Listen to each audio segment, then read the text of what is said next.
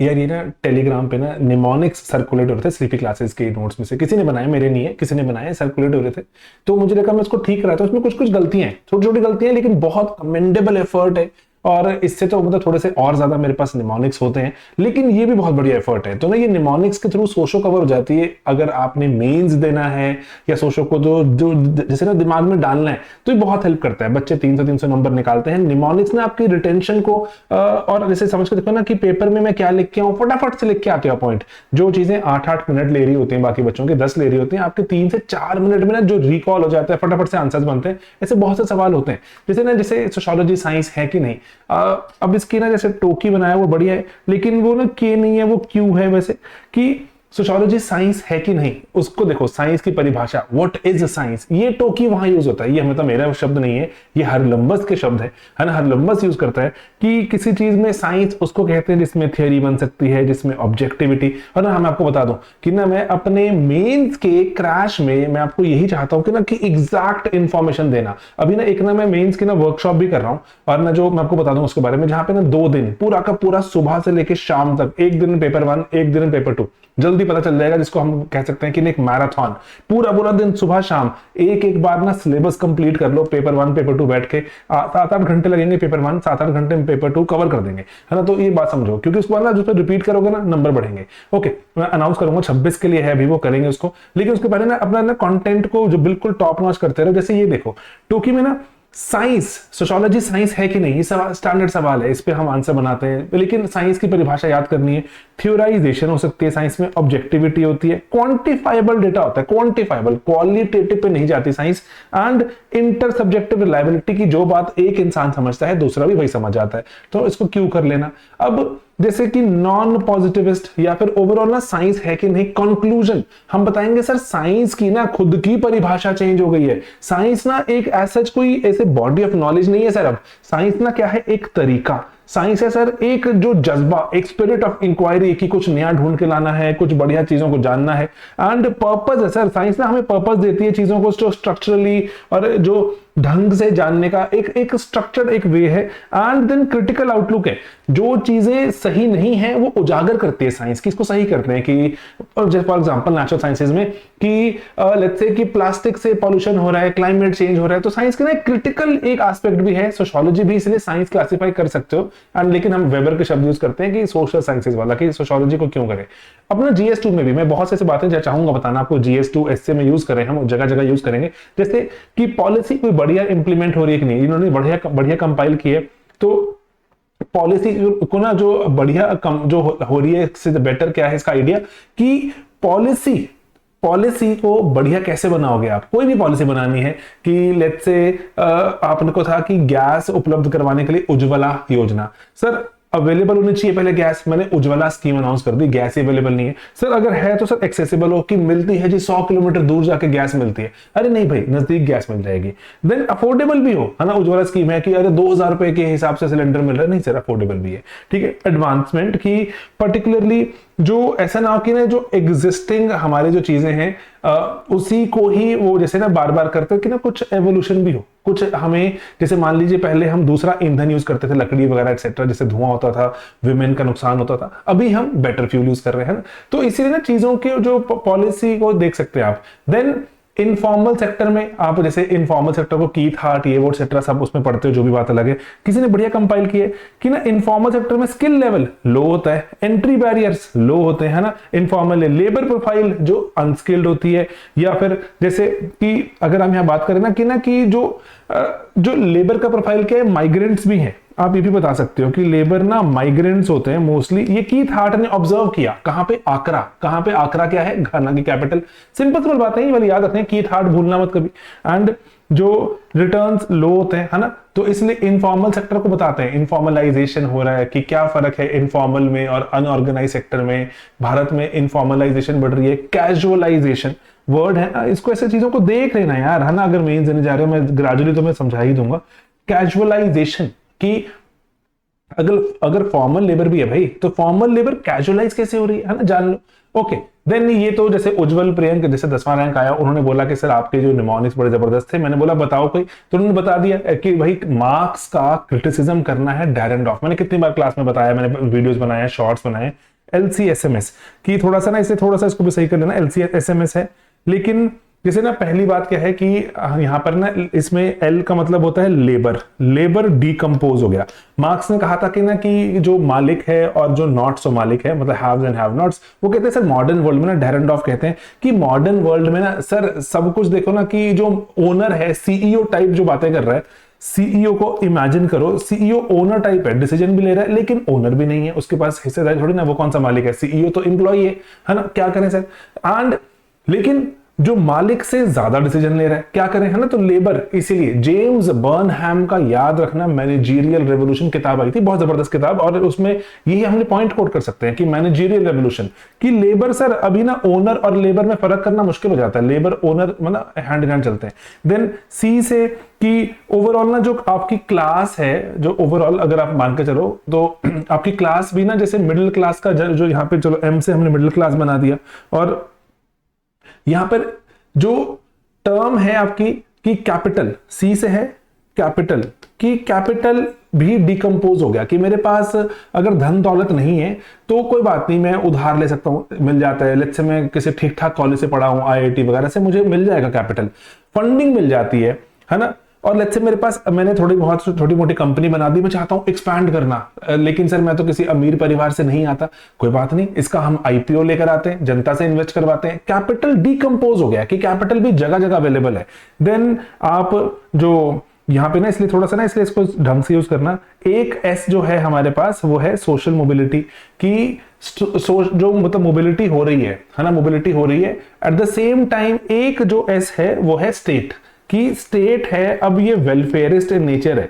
Karl Marx ने कहा था स्टेट सिर्फ कैपिटलिस्ट के लिए काम करती है, कहते सर बिना स्टेट वेलफेयरिस्ट है। एम से मैंने आपको बताया मिडिल क्लास होता है ना, मिडिल क्लास। कि मार्क्स ने कहा था कि पोलराइजेशन हो जाएगी, पॉपराइजेशन वर्ड यूज करता है ना कार्ल मार्क्स, की पॉपराइजेशन हो जाएगी, जो गरीब है बिल्कुल अत्यंत गरीब भिखारी पॉपर बन जाएगा, है ना। तो लेकिन ये ऐसा नहीं हुआ, मिडिल क्लास बढ़ गई, है ना। टॉप क्लास तो है ही है, बॉटम क्लास भी है दुनिया में, मिडिल क्लास एक्सपैंडेड, है ना। तो पॉपुलराइजेशन एज सच हम देखते हैं कि इसके बजाय मिडिल क्लास की एक्सपेंशन। तो डैरेंडॉफ के ये 5 पॉइंट्स हैं, ये भूलना मत, अनगिनत बार मैंने डिस्कस किया है।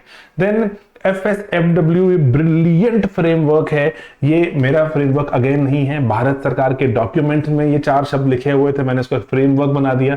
जैसे होता है ना कि जो थोड़ा सा स्लाइटली जो कंटेंट होता है जो नहीं देखना चाहिए, एक्सप्लिसिट कंटेंट, है ना, जो बड़े लोगों के लिए होता है लेकिन देखना किसी को नहीं चाहिए, उसको NSFW बोलते हैं ना, नॉट सेफ फॉर वर्क। ये है FSFW, ये सही लिखा है किसी ने।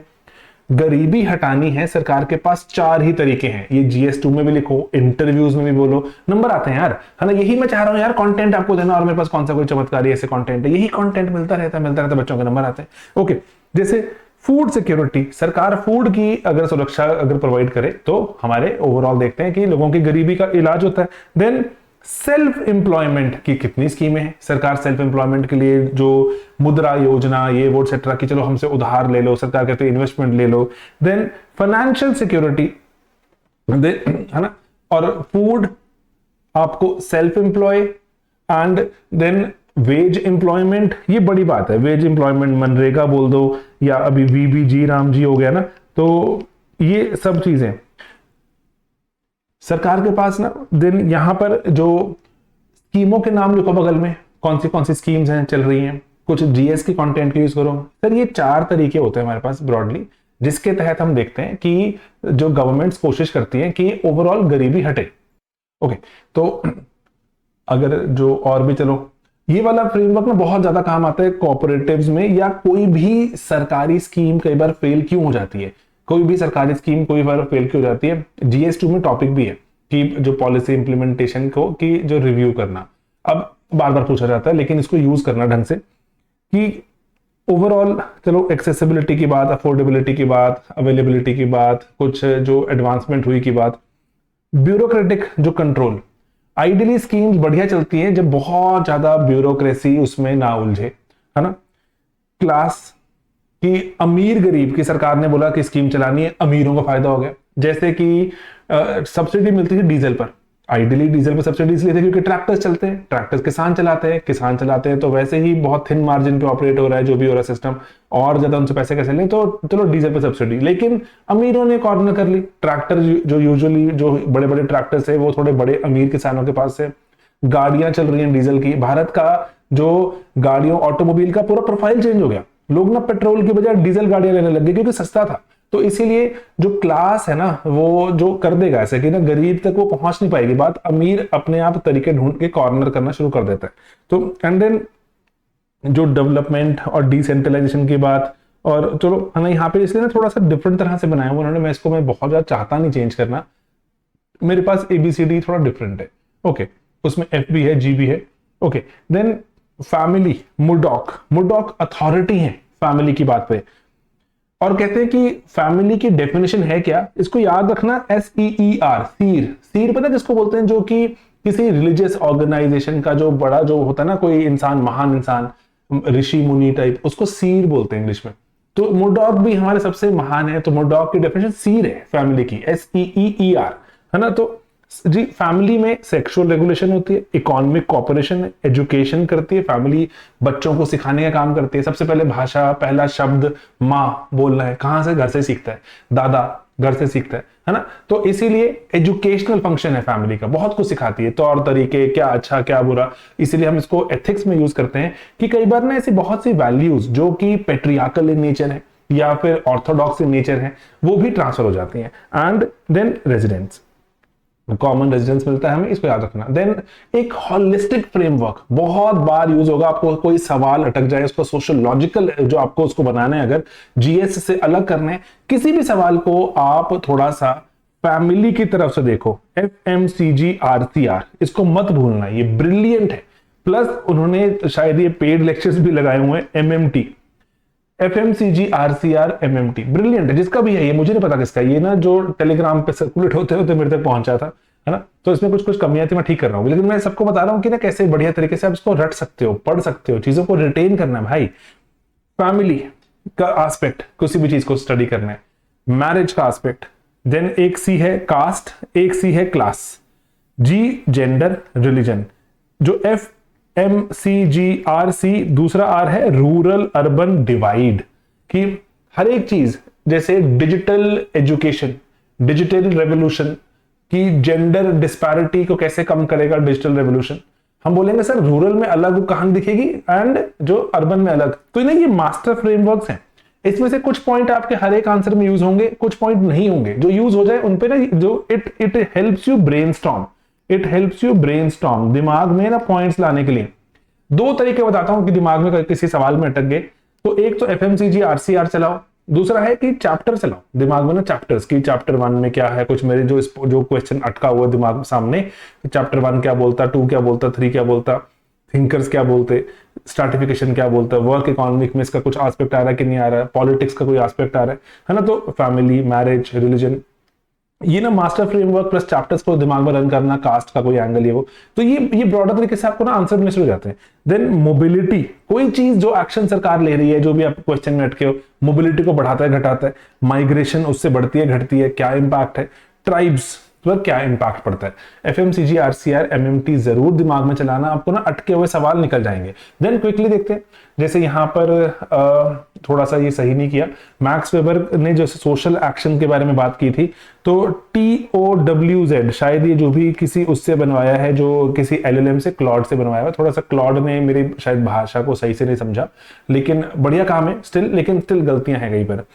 ट्रेडिशनल एक्शन है, वेबर ने बताया, अफेक्टिव या इमोशनल, वर्थ रैशनल है, ज़्विक रैशनल है, टॉज, है ना। ये जे क्यों लिख दिया मुझे नहीं पता, वी क्यों लिख दिया, ओके। देन पार्सन्स ने इंप्रूवमेंट करी, ये स्टैंडर्ड सवाल है यूपीएससी का, मेंस में नंबर निकालने हमें इस पे। मैंने अभी मेंस की आंसर राइटिंग में आपको इस सवाल भी दिया था, किस तरह से पार्सन्स इंप्रूवमेंट है वेबर पे, ये यूपीएससी बार बार पूछता है सवाल, ये हमें आना चाहिए कि कैसे है।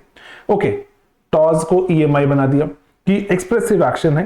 एंड जैसे सिंपल बताऊं अगर तो कि जो आपका इमोशनल और जो वैल्यू रैशनल एक्शन है कि किसी वैल्यू को पूरा करने के लिए, कि किसी को नहीं दिखता, किसी अंधे को रास्ता क्रॉस करा दिया आपने, है ना, वो वैल्यूबल माना गया, आपको कोई खास उससे फायदा नहीं होता, लेकिन आपको लगता है कि समाज इसको वैल्यू मानता है, तो इसलिए बोलते हैं ये मॉरल एक्शन है, बस एक है। एंड देन इंस्ट्रूमेंटल, जिसमें आपको फायदा होता है, पेपर की तैयारी करना, ये वो एटसेट्रा, है ना, ओके। तो इसलिए इसको मैं जो बेटर तरीके से आप प्रेजेंट करें, ओके। देन यहां पर है ओवरऑल इंपैक्ट्स ऑफ अर्बनाइजेशन, थोड़ा तो क्रिएटिविटी का जो शक्तियों का गलत यूज, हालांकि कैसे जो कीवर्ड बना दिया मुझे नहीं पता, लेकिन चलो देख सकते हो यहाँ पर कि इंडस्ट्रियलाइजेशन अर्बनाइजेशन से इससे बेटर कीवर्ड्स एग्जिस्ट करते हैं। एंड देन ये वाला तो मैं पक्का चाहूंगा डिस्कस करना, पार्सन्स के पैटर्न वेरिएबल्स, ये है अडाप्को। ये अडाप्को कभी मत भूलना, ये मास्टर फ्रेमवर्क है, एफएमसीजी आरसीआर के लेवल का फ्रेमवर्क है ये अडाप्को। इतने सारे सवालों में आपको सॉल्व करेगा ना, ट्रेडिशनल वर्सेस मॉडर्न सोसाइटी में अडाप्को दिखेगा। पार्सन्स ना लोगों को याद नहीं होता, तो अदरवाइज अडाप्ट को याद करो भाई। जो AGIL पार्सन ने खुद बोला है ना, AGIL की फंक्शनल प्री रिक्विजिट्स, किसी चीज को एग्जिस्ट करवाना है AGIL उसका होना चाहिए। ऐसे ही हर एक चीज में, एक्शन में, हमारे सोशल सिस्टम में, एक्शन में कुछ ट्रेडिशन के एस्पेक्ट हैं, कुछ मॉडर्निटी के एस्पेक्ट हैं, है ना। तो अरे भाई मैं जो खाना पीना खा रहा हूं, वैसे तो लेट्स से मैं खा रहा हूं पिज्जा खा लिया, बर्गर खा लिया, ऑलराइट, लेकिन मेरे जो ओवरऑल मेरे एस्पेक्ट में है कि मैं पिज्जा कौन सा खाऊं, थोड़ा सा लेट्स से जी भाई, मान लो मैं ऐसे नॉनवेज नहीं खाता, मान लो कोई नॉनवेज खाता हो अगर, तो भाई बीफ वाला पिज्जा मत खिला देना, गाय वाला पिज्जा मत खिला देना, ऐसे वाला गाय के मांस वाला, चाहे बाहर की कंट्रीज में खाते हो, हमारे यहाँ पे नहीं होता, है ना। खा मैं पिज्जा रहा हूं, मान लो मॉडर्नाइजेशन की तरफ, मॉडर्नाइजेशन क्यों बोल रहा हूं, क्योंकि ग्लोबलाइज एस्पेक्ट है, मॉडर्न वर्ल्ड में ज्यादा खाया जाता है आज के उसमें, हम कहते हैं कि हम जो खाते थे वो जरूरी थोड़ी ना बाहर के लोग खाते हैं वो भी खा सकते हैं, अपना लेते हैं चीजें हम, एंड अपने कल्चर से बियॉन्ड जाते हैं। तो लेकिन ट्रेडिशनल एस्पेक्ट भी है, तो कहीं इन बिटवीन है, जो लाइन चल रही होगी हम ट्रेडिशनल है कि मॉडर्न है, कहीं सर इन बिटवीन है हम, है ना, हमें पता नहीं। तो इसलिए ना अडाप्ट को हेल्प करता है आपको समझने में कि आपकी सोसाइटी किस तरफ लाई करती है। तो एस्क्रिप्शन पैदाइशी चीजें हैं या अचीवमेंट, डिफ्यूज्ड है आपकी डिस्कशन या स्पेसिफिक है, अफेक्टिविटी इमोशंस का यूज है या न्यूट्रल हो, पर्टिकुलरिस्टिक कि you show me the person I show you the rule, कि अच्छा मेरी जाति का है या मेरे धर्म का है या लड़का है या लड़की है उसके हिसाब से करूंगा, या यूनिवर्सलिस्टिक सर नहीं सर मेरे लिए तो सब हिंदुस्तानी, सब सिटीजन्स, है ना। तो ये कह रहे हैं कि इसलिए एंड को इज कलेक्टिव ओरिएंटेशन है या सेल्फ ओरिएंटेशन है, किसको प्रायोरिटाइज करते हो कि समाज ने मुझे कहा ऐसा करो तो मैं कर लेता हूं, या फिर नहीं सर मुझे लगता है ये करना चाहिए मैं तो ये करूंगा। तो ये मॉडर्न और जो इसमें ये जगह जगह आप यूज करते हो उसको, मैं आपको इसका एक मास्टर एक इसका बताऊं एप्लीकेशन, यहां तक पहुंच गए ना, यू शुड बी रिवॉर्डेड। मैं ऐसे चाहता हूं चीजें बीच बीच में डालना कि लेट्स से ना एक ना क्वेश्चन पूछा जाता है कि कॉन्स्टिट्यूशनल मोरालिटी, अगर आप पहले टाइप पढ़ रहे हो सोशियोलॉजी वगैरह जीएस वगैरह आपको शायद पता ना हो, लेकिन ये GS2 में ऑफ्ट आस्क्ड क्वेश्चन है, बहुत बार पूछा जाता है। Constitutional morality is nothing but इस तरफ जाना, कि हम ये होते हैं स्क्रिप्टिव डिफ्यूज्ड इमोशन पे चलना, you show me the person I show you the rule, कि हमारी जाति का है तो उसको रिलैक्स छोड़ दो, दूसरे वाले का पकड़ लो, है ना। तो या कलेक्टिव ओरिएंटेशन, उससे हम जाते हैं इस तरह, this is constitutional values, okay, एक आइडिया। देन ओवरऑल कि अगर मैं एक आदर्श ब्यूरोक्रेट हूं, आदर्श ब्यूरोक्रेट को ये रखना पड़ेगा दिमाग में भाई, रखना पड़ेगा।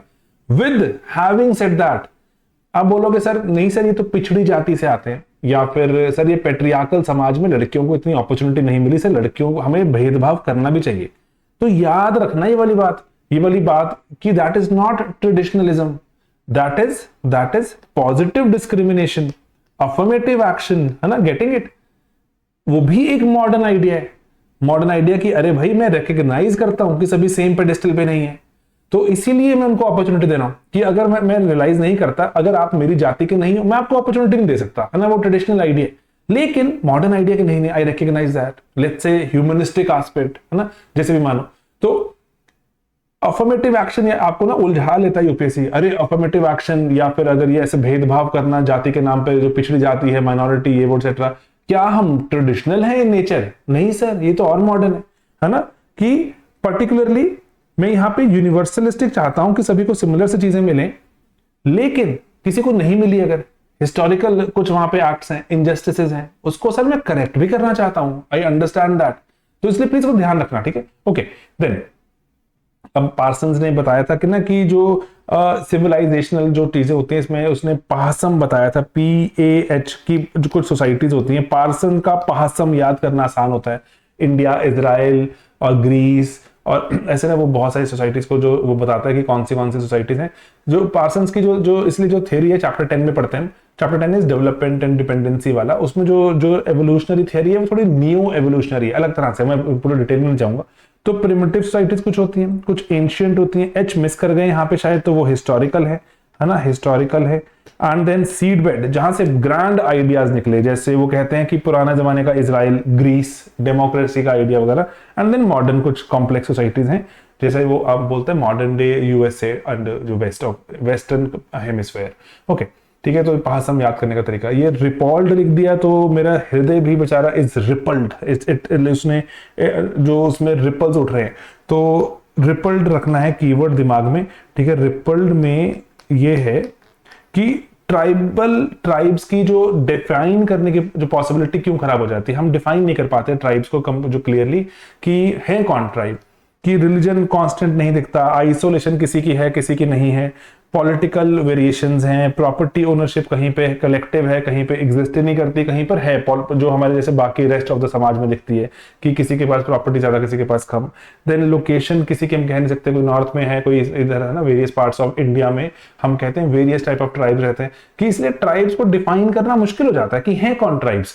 कि आप अगर बोलो ना सर वो तो नॉर्थ में रहते हैं, नहीं सर, सिर्फ तो सेंट्रल इंडिया में भी रहते हैं, सर नॉर्थ ईस्ट में भी रहते हैं, सर साउथ में भी रहते हैं, तो ओके सर ये वाली भाषा बोलते होंगे, है ना, जो लैंग्वेज, नहीं सर लैंग्वेज भी बहुत सारी है, अलग अलग तरह से बोलते हैं, तो इसलिए ओ लिख दिया, ये प्रॉपर्टी ओनरशिप है वैसे, है ना, और इसलिए रिपल्ड में जो यहाँ पे PP हो जाता है, और जो लोकेशन एंड ई से है इकोनॉमी, की टाइप ऑफ इकोनॉमी प्रैक्टिस्ड, कोई एग्रेरियन इकोनॉमी में लगा हुआ है, कोई नॉट सो एग्रेरियन में लगा हुआ है, कि रेस्ट ऑफ द जैसे जो चीजों में इन्वॉल्व हो गए, तो कोई बहुत ही प्रिमिटिव इकोनॉमी में भी काम करता है। इसीलिए ना कि कौन सा तरह का एक काम ट्राइबल नहीं कर रहे, अलग अलग इतनी डाइवर्सिटी है, इसलिए डिफाइन करना ही मुश्किल है व्हाट इज अ ट्राइब, कि ट्राइब है क्या, है ना। It's a definition problem. हमारा चैप्टर की शुरुआत होती है डेफिनेशन प्रॉब्लम ऑफ ट्राइब्स।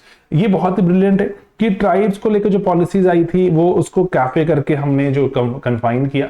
4 तरह की जो ट्राइब्स को लेकर पॉलिसीज आई, जो अंग्रेजों की, क्रिश्चियन जो कॉलोनियल मास्टर्स की, एंड अकॉर्डिंगली हमारे ट्राइब्स की सेग्रीगेशन, कहीं कहीं पे जैसे नॉर्थ ईस्ट के ट्राइब्स से वो वास्टली क्रिश्चियनिटी में कन्वर्ट क्यों हो गए, कैसे, क्या कारण रहा, है ना। ये सेंट्रल इंडिया में क्यों नहीं दिखता, नॉर्थ इंडिया में क्यों नहीं दिखता, कि बहुत सारे ट्राइब्स क्रिश्चियंस क्यों नहीं है, नॉर्थ ईस्ट में वाइड स्प्रेड क्रिश्चियनिटी क्यों है, क्योंकि क्रिश्चियन मिशनरीज थे, भेजे गए थे, क्योंकि वहां से वुड निकालनी थी और अपने जैसा चाहते थे अंग्रेज बना देना, तो इसलिए क्रिश्चियन मिशनरीज की ना कि हम सेम ही हो जाएंगे, ब्रदर्स हो जाएंगे तो एक्सप्लॉइट करना आसान है भाई को, तो ओके।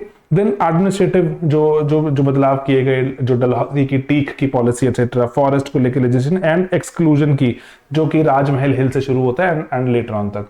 तो ये CAFE याद रखना, इसके आगे आपको जो निकालने पड़ते हैं पॉइंट्स, वो डिटेल में नहीं जा रहा मैं, ठीक है। क्रिश्चियन एडमिनिस्ट्रेशन को लेके जो रिफॉर्म्स हैं, फॉरेस्ट को लेके, एंड ओवरऑल एक्सक्लूजन को लेके, एक पे अलग अलग भी सवाल आ सकता है, ओके।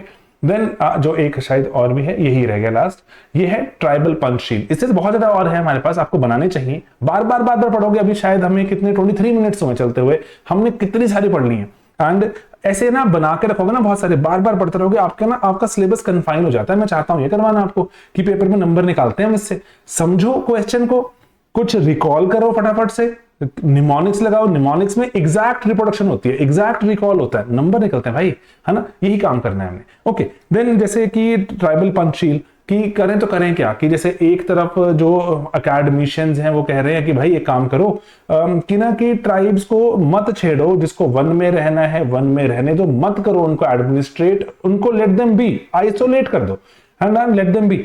दूसरे लेकिन नहीं सर, हमें तो भारत आजाद हो रहा है, हमें तो आजाद भारत में हमें तो अपने एक इंडियन नेस्ट बनानी है, सभी को इंडियंस बनाना है, सभी को सिमिलर सेवाएं देनी है। अगर कोई ट्राइबल बीमार है और उसको जो नहीं बाहर पहुंच पा रहा वो, तो हम पहुंचे उस तक, हम उसकी सेवा करें।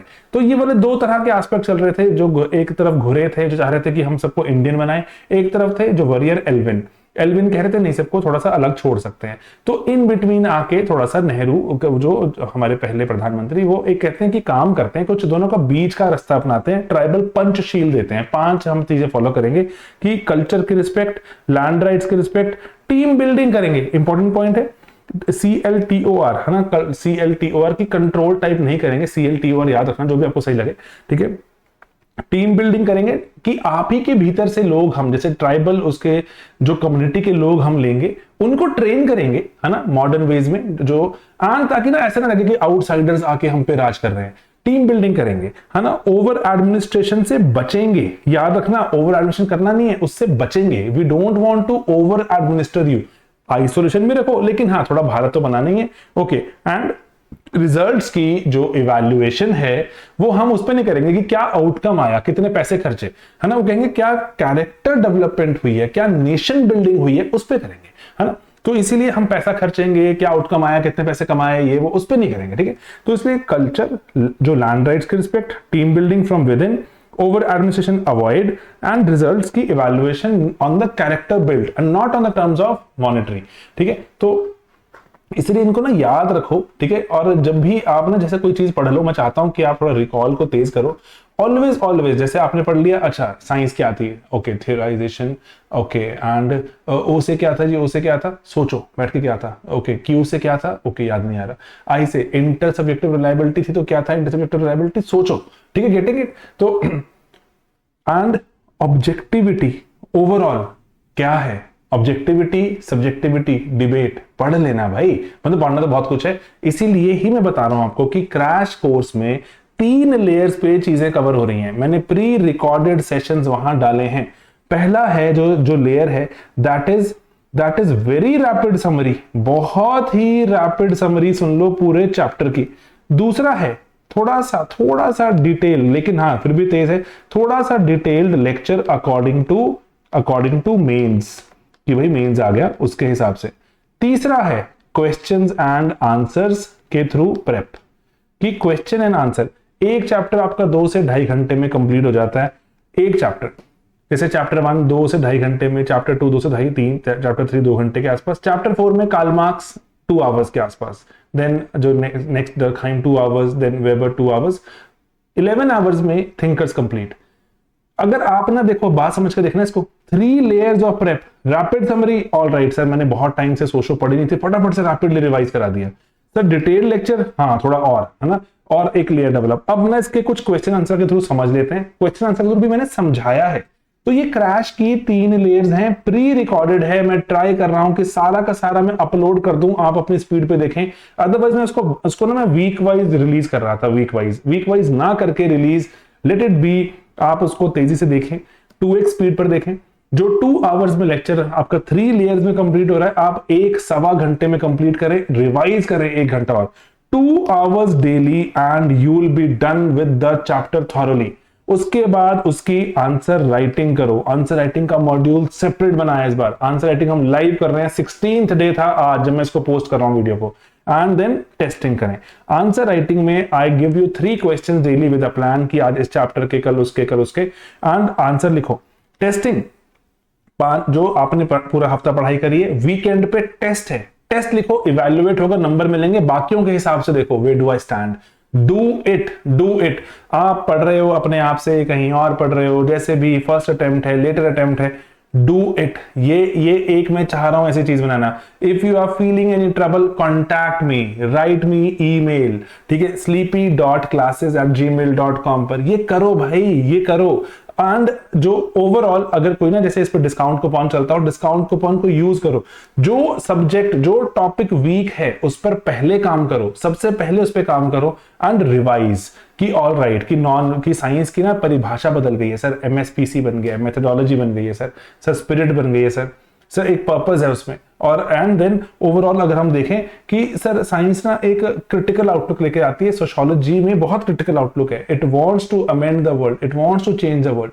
तो ये चीजों को ना बार बार घुमाओ दिमाग में कि क्या चल रहा है, कि क्या होता है ओवरऑल ये टॉपिक, इसमें ये बन रहे हैं पॉइंट्स, इसका मैं निकाल दूंगा कीवर्ड, जहां पे एग्जैक्ट क्वेश्चन, स्किल डेवलप करो, देन पहले तो चाहिए कंटेंट, कंटेंट यहां मिल रहा है 3 लेयर में। देन आपको चाहिए आंसर राइटिंग कि हर रोज चीजें लिखो, देखो इंप्रूव होंगी। एंड देन अंत में, हफ्ते के अंत में टेस्ट करो and see video stand evaluate करो। तो ये पूरी चीजों को ना हम कहते हैं स्पेशल प्रायोरिटी ग्रुप। अगर सिर्फ और सिर्फ क्रैश और टेस्ट लेते हो वो है स्पेशल प्रायोरिटी ग्रुप। अगर विद आंसर राइटिंग भी लेते हो जो कि लाइव होती है, हम इस पे बात करते हैं, एसपीजी प्लस, ठीक है, SPG plus, do it and let us make sure कि सोशो के थ्रू हमारा रैंक आए, सोशो हमारे रैंक में हेल्प करे। Mohini got one of the highest marks and she got a rank. Socio को हम ना वो करते हैं। And then Medha, single double digit rank holders हैं, मैं आपको बता रहा हूं, 298 marks last year. Ujjwal Priyank getting it की ना सोशो हेल्प करती है, socio builds it up, do it, मैं आपको बोल रहा हूं डू इट। सोशो को मेक श्योर कि इस लेवल पर आ जाए, इतने आंसर्स लिखे हो, कॉन्फिडेंस बिल्ड हुआ हो, हर रोज किया हो। ऐसा नहीं था कि एकदम से लिख दिए थे बहुत 100 आंसर, नहीं, धीरे धीरे लिखते गए, कंटेंट अपग्रेड करते गए, गाइस नंबर निकलते हैं। सोशो तो इकलौती ऐसी चीज है जिसमें नंबर निकालेंगे। जीएस में निकालेंगे, पक्का निकालेंगे, 100% बोलता हूं, जीएस एसए में सोशो तो कंट्रोलेबल है। 2 hours daily and some time to write answers, 3 hours effectively, 2 hours में content upgrade and 1 hour में आंसर लिखो, समझो, लाइव में बैठो, जो सही लगता है ना। तो इसलिए इसको प्री रिकॉर्डेड रख दिया है क्रैश को, बाकी आंसर्स को लाइव करते हैं। कोई डाउट हो तो जो do write in to me and I will get in touch. मैं कोशिश कर रहा हूं कि ज्यादा से ज्यादा बच्चों के साथ बात करके, प्लान स्ट्रैटेजी बना के, कुछ समझ के उनकी हेल्प करना शुरू करें। लेकिन एक चीज मायने रखना, जो दिमाग में रखना हमेशा, कंटेंट अगर जब हमारे पास होता है, जब सीमित होता है, कंटेंट होता है, रिटेन्ड होता है, नंबर निकलते हैं। कहीं किसी और जगह पढ़ रहे हो, खुद से पढ़ रहे हो, यूज इट वेल, है ना, इसको ढंग से यूज करो। ऑलराइट, ठीक है, चलिए मिलेंगे बहुत जल्दी। और बस ये जो मुझे मिला, सर्कुलेट हो रहा था कहीं पर, तो मेरे तक भी पहुंचा, मेरे को लगा मैं इसमें बता दूं, कुछ चीजें ऊपर नीचे हैं, बाकी मोर और less it's a good compilation. लेकिन और भी ऐड करना, ये तो थोड़ा सा एक काइंड ऑफ ट्रेलर लगा मुझे, तो इससे ज्यादा आगे जाना चाहिए। ओके, ठीक है दोस्तों, bye bye, take care and all the very best.